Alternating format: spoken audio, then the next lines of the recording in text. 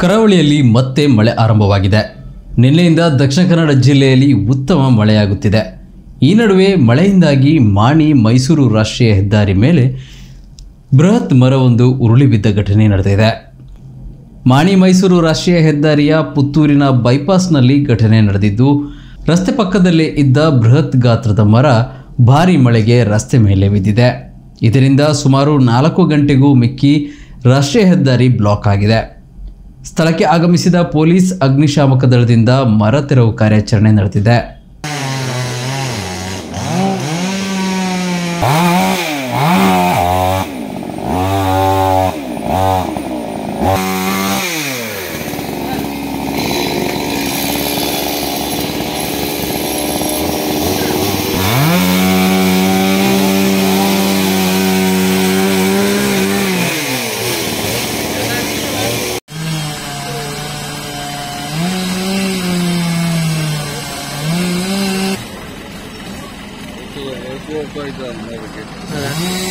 Itu apa itu?